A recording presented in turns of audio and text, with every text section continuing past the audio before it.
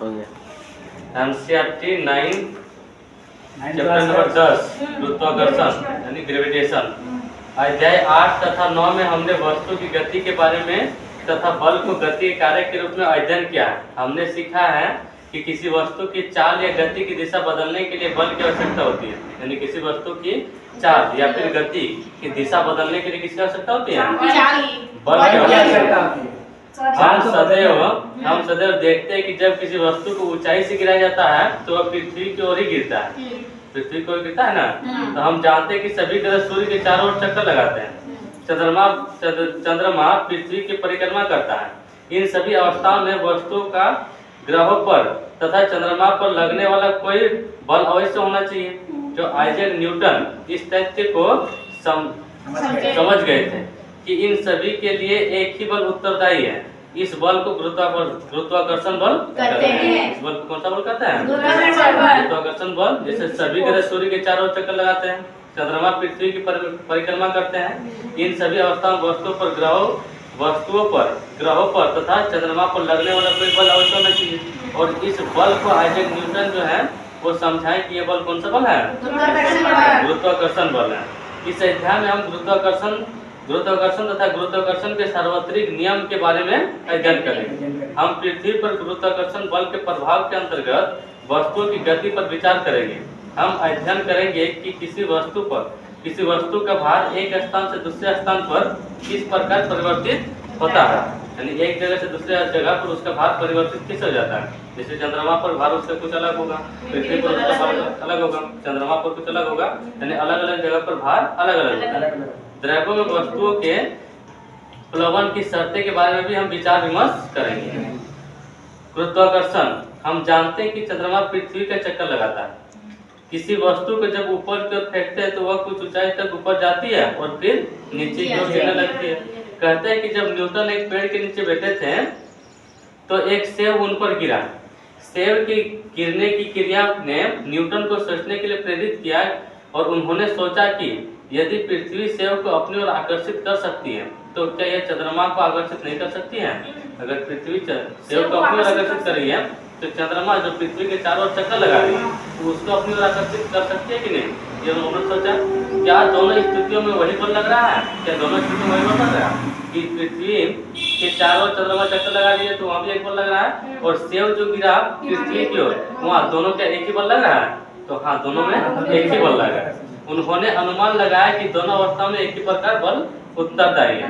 उन्होंने तर्क दिया कि अपनी कक्षा के प्रत्येक बिंदु पर चंद्रमा किसी सरल रेख के पथ पर गति नहीं करता है, वरना पृथ्वी की ओर गिरता है। अगर सरल रेख की गति में रहता तो पृथ्वी की ओर गिर जाता, लेकिन वो सरल रेख की गति में रहता है। वो कौन सी गति में रहता है? वो वृत्त की गति में रहता है। अतः वह अवश्य ही पृथ्वी पर आकर्षित होता है, लेकिन वो वास्तव में चंद्रमा को पृथ्वी की ओर गिरते हुए नहीं देखते। लेकिन वास्तविकता में हम लोग देखते गिरते हुए नहीं देखते। आइए चंद्रमा की गति को समझने के लिए क्रियाकलाप 8.11 पुनः विचार करते हैं। बोला गया है कि धागे का एक टुकड़ा लीजिए, इसके एक सिरे पर एक छोटा पत्थर बांधिए। धागे का एक टुकड़ा लेना है, उसके एक सिरे पर पत्थर बांधना है। धागे के दूसरे सिरे को पकड़िए और पत्थर को वृत्ताकार पथ में घुमाइए, जैसा कि चित्र में दिखाया गया है। इसे तो घुमाना है, तो जब घुमाएंगे तो पत्थर द्वारा नियत परिमाण के वेग में वृत्ताकार पथ में होगा, यानी पत्थर द्वारा नियत परिमाण तो उसका नियत होगा, लेकिन उसका वेग क्या होगा? वृत्ताकार होगा। वृत्ताकार पथ में गति करेगा और उसका दिशा क्या होगा? हमेशा चेंज होते रहता है। और पत्थर की गति की दिशा को देखिए, पत्थर की गति की दिशा देखेंगे तो उनका गति क्या होगा? वृत्ताकार घूम रहा है। अब धागे को छोड़िए, फिर से पत्थर की गति की दिशा को देखिए। अगर धागे को छोड़ देंगे तो हम लोग जानते हैं कि वृत्त जो बनता है असंख्य सरल रेखीय बिंदु से बनता है। तो जिस सरल रेखीय बिंदु पर वो पत्थर होगा वो सरल रेखा में क्या होगा? गति कर जाएगा। यानी धागे को छोड़ने से पहले पत्थर एक निश्चित चाल से वृत्ताकार पथ में गति करता है तथा प्रत्येक बिंदु पर उसकी गति की दिशा बदलती है। दिशा के परिवर्तन में वेग परिवर्तन या त्वरण सम्मिलित है। इसलिए बोलते हैं कि जो वृत्त गति में रहता है वो त्वरित गति में रहता है। वृत्त गति में कोई वस्तु रहेगा तो किस गति में रहता है? त्वरित गति में रहता है। जिस बल के कारण यह त्वरण होता है तथा जो वस्तु जो जो वस्तु को वृत्ताकार पथ में गतिशील रखता है वह बल केंद्र की ओर लगता है। ये बल किधर की ओर लग रहा है? और इस बल को अभिकेंद्र बल कहते हैं। जो बल केंद्र की ओर लगेगा उस बल को क्या कहते हैं? इस बल की अनुपस्थिति में पत्थर एक सरल रेखा में मुक्त रूप से गतिशील हो जाता है। पत्थर एक सरल रेखा में मुक्त रूप से गतिशील हो जाता है, यानी अभिकेंद्रीय बल जब लगना बंद हो जाएगा, यानी अगर रस्सी टूट गई या फिर हम लोग रस्सी को छोड़ देंगे तो एक सरल रेखा में गति करने लगेगा। यह सरल रेखा वृत्त पथ पर स्पर्श रेखा होगी। यह सरल रेखा जो होगी वृत्त पथ पर क्या होगी? स्पर्श रेखा, क्योंकि जो वृत्त बना है असंख्य सरल रेखा बिंदु से बना है, तो जिस सरल रेखा बिंदु पर वो रहेगी उस दिशा में क्या जाएगी? गति कर जाएगी।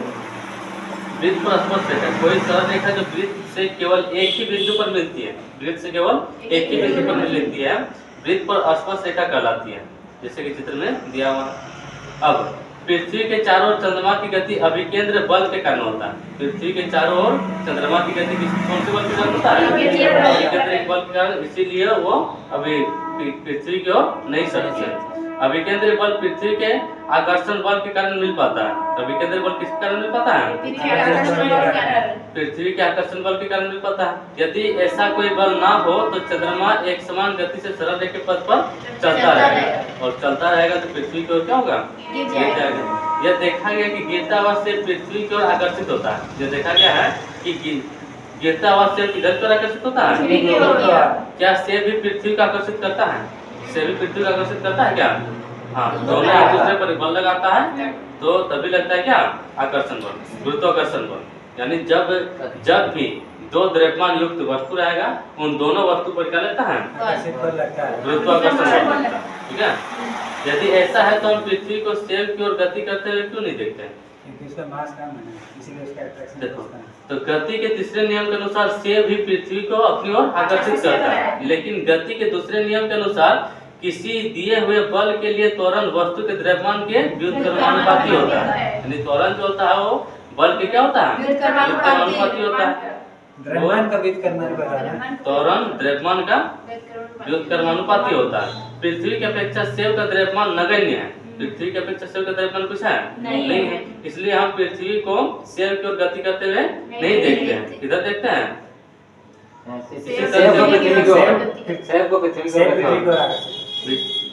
इसी तर्क का विस्तार यह जानने के लिए कीजिए कि पृथ्वी चंद्रमा की ओर गति क्यों नहीं करती।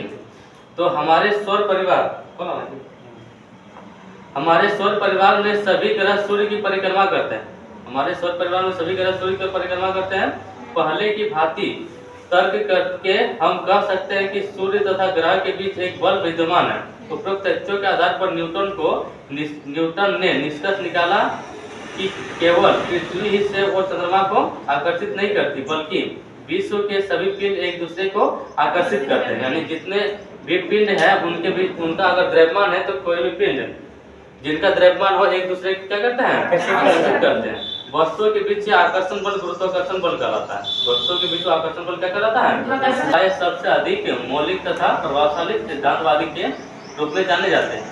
वे एक निर्धन कृषक परिवार में जन्मे थे, लेकिन वे खेती के काम में कुशल नहीं थे। 1661 में शिक्षा ग्रहण करने के लिए उन्हें कैम्ब्रिज विश्वविद्यालय भेज दिया गया। सन 1665 में कैम्ब्रिज में प्लेग फैल गया और न्यूटन को 1 वर्ष की छुट्टी मिल गई। ऐसा कहा जाता है कि इसी वर्ष उनके ऊपर सेब गिरने की घटना घटित हुई। इस घटना ने न्यूटन को चंद्रमा को उसकी कक्षा में बनाए रखने वाले बल तथा गुरुत्व बल के बीच संबंध की संभावना की खोज करने को प्रेरित किया। इससे उन्होंने गुरुत्वाकर्षण का सार्वत्रिक नियम खोज निकाला। विशिष्ट बात यह है कि उनसे पहले भी बहुत से महान वैज्ञानिक गुरुत्व के बारे में जानते थे, किंतु वे उसके महत्व को समझने में असफल हैं। न्यूटन के गति के सुप्रसिद्ध नियम का प्रतिपादन किया। उन्होंने प्रकाश तथा रंगों के सिद्धांत पर कार्य किया। उन्होंने खगोलीय प्रेक्षणों के लिए खगोलीय दूरदर्शी की रचना की। खगोलीय दूरदर्शी की रचना कौन किया? न्यूटन एक महान गणितज्ञ भी थे।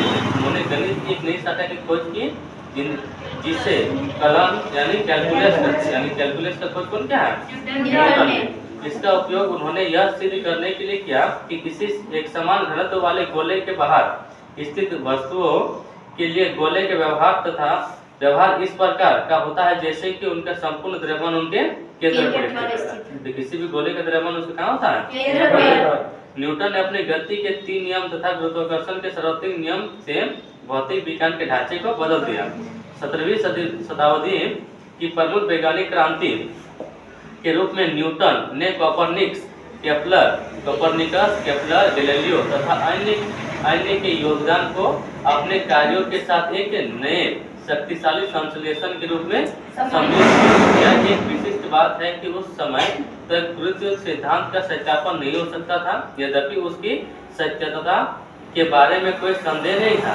इसका कारण था कि न्यूटन का सिद्धांत ठोस वैज्ञानिक तर्कों पर आधारित था और गणित से उसकी पुष्टि भी की गई थी। इससे यह सिद्धांत सरल व परिष्कृत हो गया। ये विशेषताएं आज भी किसी अच्छे वैज्ञानिक सिद्धांत के लिए अपेक्षित है। न्यूटन के व्युत्क्रम वर्ग का अनुमान कैसे लगाया? तो न्यूटन ने व्युत्क्रम वर्ग नियम का अनुमान कैसे लगाया? तो ग्रहों की गति के अध्ययन में सदैव से ही हमारी गहरी रुचि रही है। 16 शताब्दी तक अनेक खगोल शास्त्रियों ने ग्रहों की गति से संबंधित बहुत से आंकड़े एकत्रित कर लिए थे। जोहान्स केपलर ने इस आंकड़े के आधार पर 3 नियम व्युत्पन्न किए। इन्हें केपलर के नियम का कहा गया। ये नियम है। पहला नियम है कक्षा का नियम, दूसरा नियम है क्षेत्र का नियम और तीसरा जो है वो सूर्य के किसी ग्रह का औसत r, उसका घन उस ग्रह के सूर्य के परिक्रमण काल t के वर्ग के समानुपाती होता है। यानी क्षेत्र का नियम क्या है? कक्षा का नियम क्या है कि प्रत्येक ग्रह किसी कक्षा एक दीर्घवृत्त होती है। यानी प्रत्येक कक्षा के एक दीर्घवृत्ताकार रूप में घूमता है जिसके फोकस में कौन होता है? सूर्य होता है। और क्षेत्र का नियम क्या है कि समान समय में समान क्षेत्रफल तय करेगा। और तीसरा नियम है कि सूर्य किसी ग्रह की औसत दूरी यानी r का घन उनके सूर्य परिक्रमण काल t के वर्ग के समानुपाती होता है। यानी r³ समानुपाती t³ होता है, t²। ग्रहों की गति का नियम वो कौन दिया था? केपलर। यह जानना महत्वपूर्ण है कि ग्रहों की गति की व्याख्या करने के लिए केपलर कोई सिद्धांत प्रस्तुत नहीं किया। केपलर सिर्फ नियम दिया था, कोई सिद्धांत प्रस्तुत किया था? नहीं किया था। न्यूटन ने ही यह दिखाया कि ग्रहों की गति का कारण गुरुत्वाकर्षण का वह बल है जो सूर्य उन पर लगाता है। न्यूटन ने केपलर के तीसरे नियम का उपयोग गुरुत्वाकर्षण बल का परिकलन करने में किया। पृथ्वी का गुरुत्वाकर्षण बल दूरी के साथ घटता है। पृथ्वी का गुरुत्वाकर्षण बल किसके साथ घटता है? दूरी के साथ। एक सरल तर्क इस प्रकार है। हम कल्पना कर सकते हैं कि ग्रहों की कक्षाएं वृत्ताकार है। मान लीजिए कि कक्षीय वेग v तथा ग्रह की कक्षा की त्रिज्या r है। तब परिक्रमा करते हुए ग्रह पर लगने वाला बल जो होता है F समानुपाती v²/r के होता है। यदि परिक्रमण काल t है तथा v बराबर 2π r/t अर्थात v² समानुपाती r²/t²। इस संबंध को इस प्रकार से भी लिखा जा सकता है कि v² समानुपाती 1/r इंटू में r³/t², क्योंकि r³/t² केपलर के तीसरे नियम के अनुसार एक स्थिरांक है। यानी v² समानुपाती 1/r। इससे f समानुपाती v²/r के साथ संयोजित करने पर हमें प्राप्त होता है f समानुपाती 1/r²। तो मान लीजिए कि m1 द्रव्यमान का एक वस्तु है और m1 और m2 द्रव्यमान के दो पिंड है a तथा b, एक दूसरे से d दूरी पर स्थित है। और मान लीजिए दोनों पिंडों के बीच आकर्षण बल F है। तो गुरुत्वाकर्षण के सार्वत्रिक नियम के अनुसार दोनों पिंडों के बीच लगने वाला बल उनके द्रव्यमानों के गुणनफल के समानुपाती यानी F समानुपाती m1 × m2 और तथा दोनों पिंडों के बीच लगने वाले उनके बीच की दूरी के वर्ग के व्युत्क्रमानुपाती होगा। यानी F व्युत्क्रमानुपाती होगा 1/d²। उसके बाद समीकरण दोनों को अगर मिला देंगे पहला को दूसरा को, तो F समानुपाती m1 × m2/d²। जब समानुपाती के साइन को हटाएंगे तो एक कांस्टेंट आएगा g, जो जहां g एक अनुपातिक स्थिरांक है। इसे सार्वत्रिक गुरुत्वाकर्षण स्थिरांक कहते हैं, जिनका मान कभी भी कहीं नहीं बदलता है। इनका एसआई मात्रक जो होता है न्यूटन/m²/kg²। इसका जो मान दिया था वो हेनरी कैवेंडिश ने दिया। हेनरी कैवेंडिश ने एक सुग्राहित तुला का उपयोग करके g का मान दिया। g का वर्तमान मान ये 6.67 × 10⁻⁻11 न्यूटन मीटर स्क्वायर पर केजी स्क्वायर। हम जानते हैं कि दो वस्तुओं के बीच आकर्षण बल विद्यमान होते हैं। आप अपने तथा समीप बैठे अपने मित्र के बीच लगने वाले इस बल के मान का अभिकलन कीजिए। निष्कर्ष निकालिए कि आप इस बल का अनुभव क्यों नहीं कर पाते हैं। क्या नहीं कर पाते हैं? क्योंकि गुरुत्वाकर्षण बहुत ही कमजोर बल है, इसका हम लोग अनुभव नहीं कर सकते। यह नियम सार्वत्रिक इस अभिप्राय से है कि यह सभी वस्तुओं पर लागू होता है। देखो जी का मान सार्वत्रिक गुरुत्वाकर्षण नियम बोला जाता है, क्योंकि यह नियम सभी पर लागू होता है, चाहे ये वस्तुएं बड़ी हो या फिर छोटी हो, चाहे खगोलीय हो चाहे पार्थिव हो। यानी सेब पर भी लगेगा, पृथ्वी पर भी लगेगा, चंद्रमा पर भी लगेगा, यानी छोटी बड़ी उससे कोई मतलब नहीं। पर व्युत्क्रम वर्ग तो एफ डी के वर्ग के व्युत्क्रमानुपाती है। इस कथन का अर्थ है कि डी को 6 गुना कर दिया जाए तो एफ का मान 36वां भाग रह जाएगा, यानी एफ का मान 36वां भाग रह जाएगा। और जी का मान तो क्या था? 120 कितना होता है? 6.67 11 मीटर पर केजी स्क्वायर। क्वेश्चन है कि गुरुत्वाकर्षण का सार्वत्रिक नियम, तो गुरुत्वाकर्षण का सार्वत्रिक नियम यानी F बराबर जी m1 m2 बटे d स्क्वायर होता है। पृथ्वी तथा उसकी सतह पर रखी किसी वस्तु के बीच लगने वाले गुरुत्वाकर्षण बल का परिमाण ज्ञात करने वाला सूत्र क्या है? वही जी m1 m2 बटे d स्क्वायर।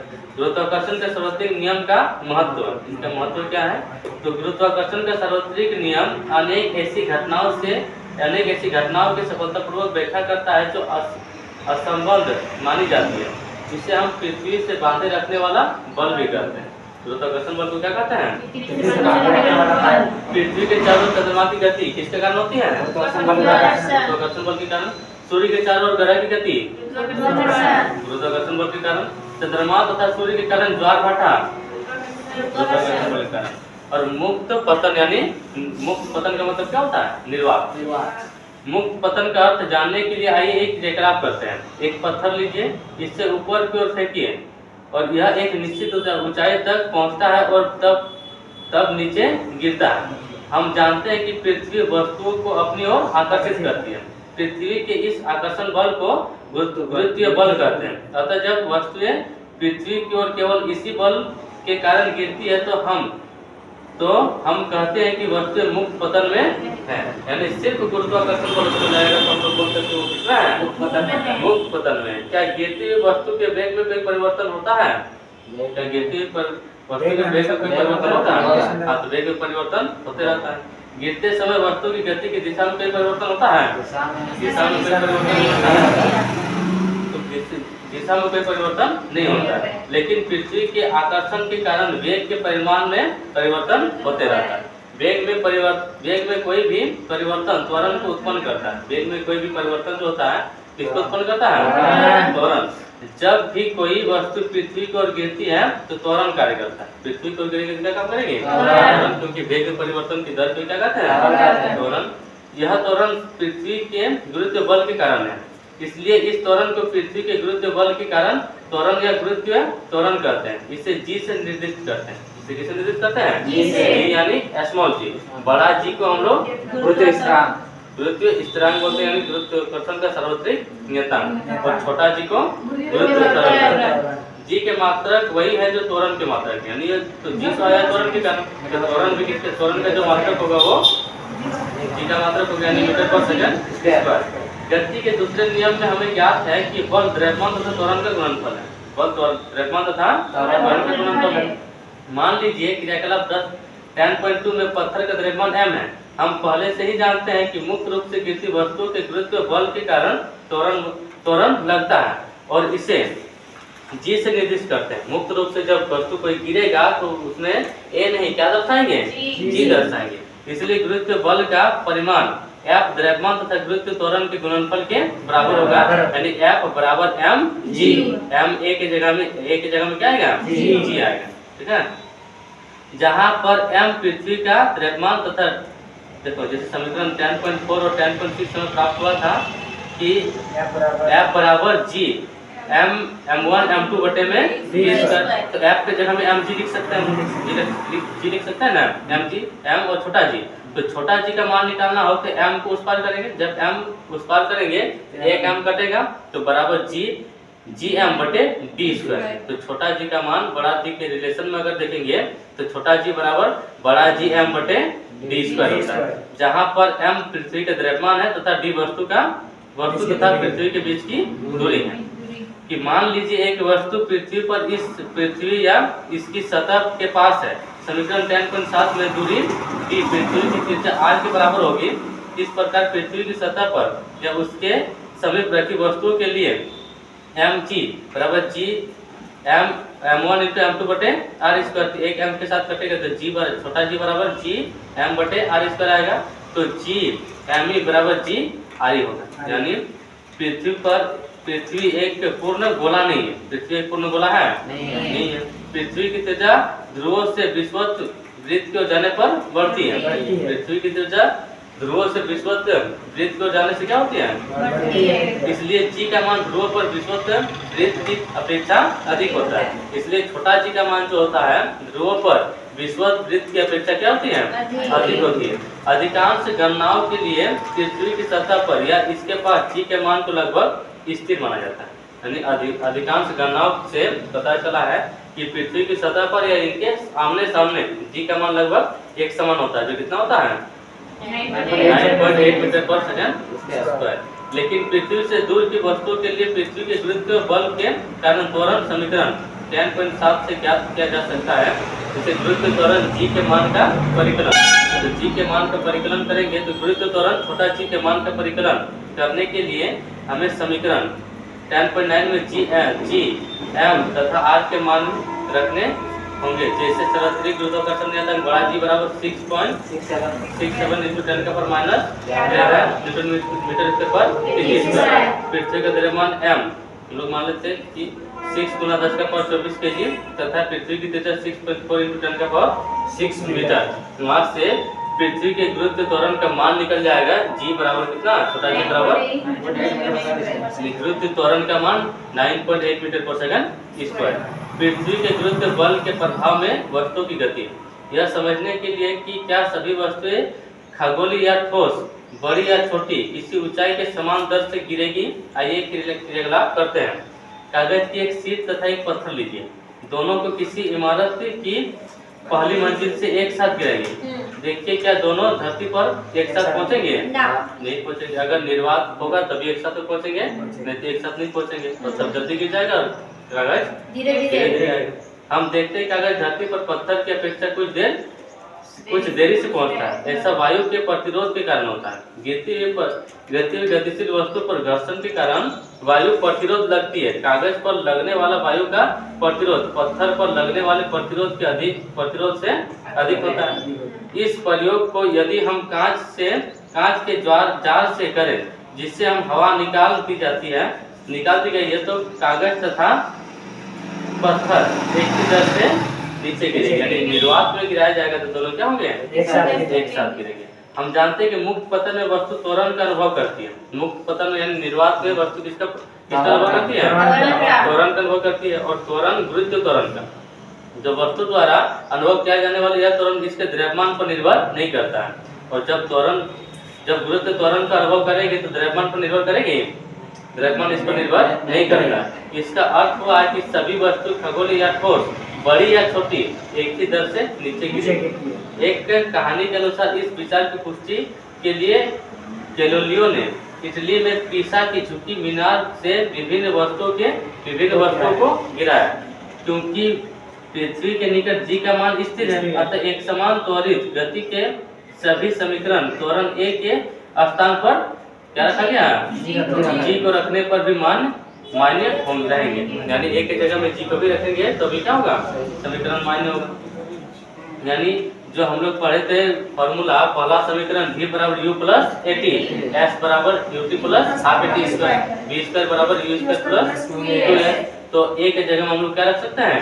g को भी रख सकते हैं। बस खाली ऊपर से नीचे की ओर गिरेगा तो प्लस में g लेना और नीचे से ऊपर की ओर फेंका जाएगा तो माइनस में g। यहाँ u एवं v क्रमशः प्रारंभिक वेग, अब है द्रव्यमान। क्वेश्चन है ना कि मुक्त पतन से आप क्या समझते हैं? मुक्त पतन के मतलब वस्तु, कोई भी वस्तु विद्युत त्वरण से अनुभव करती है और इसमें सिर्फ गुरुत्वाकर्षण बल लगता है। इसमें मुक्त पतन का मतलब होता है निर्वात, यानी कोई माध्यम नहीं होता है। गुरुत्व त्वरण से गुरुत्वीय त्वरण, तो गुरुत्वीय त्वरण से आप क्या समझते हैं? तो गुरुत्वीय त्वरण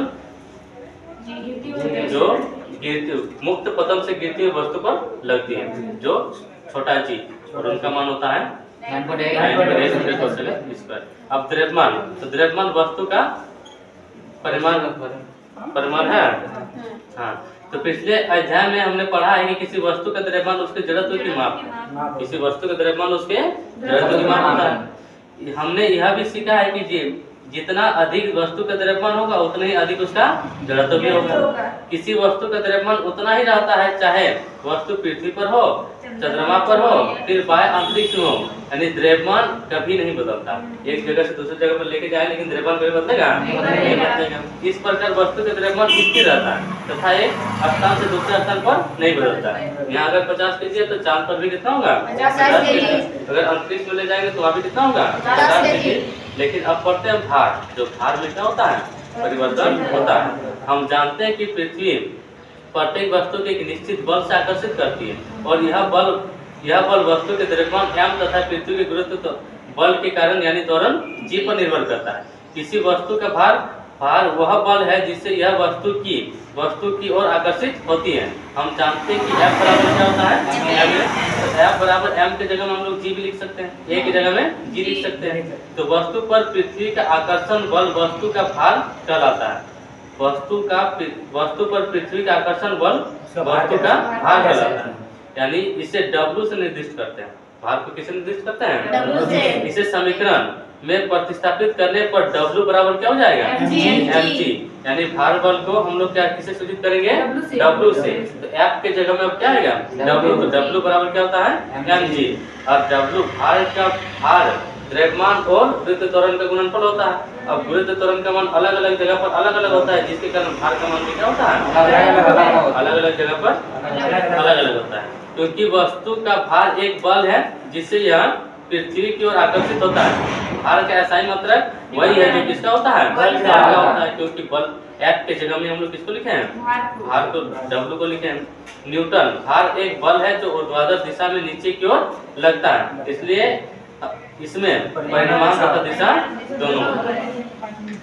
हम जानते हैं किसी दिए हुए स्थान पर g का मान स्थिर रहता है। किसी दिए हुए स्थान पर छोटा g का मान क्या होता है? स्थिर रहता है। इसलिए किसी दिए हुए स्थान पर वस्तु का भार वस्तु के द्रव्यमान m के समानुपाती होता है, अर्थात W समानुपाती किसके होगा? m के। यह कारण यह है कि दिए हुए स्थान पर हम वस्तु के भार को उसके द्रव्यमान के माप के रूप में उपयोग कर सकते हैं। किसी वस्तु का द्रव्यमान प्रत्येक स्थान पर चाहे पृथ्वी पर या किसी अन्य ग्रह पर उतना ही रहता है, जबकि वस्तु का भार इसके स्थान पर निर्भर करता है। यानी द्रव्यमान तो सेम रहेगा लेकिन इसका भार इसके स्थान पर निर्भर करेगा, क्योंकि g का मान स्थान परिवर्तन पर निर्भर करता है।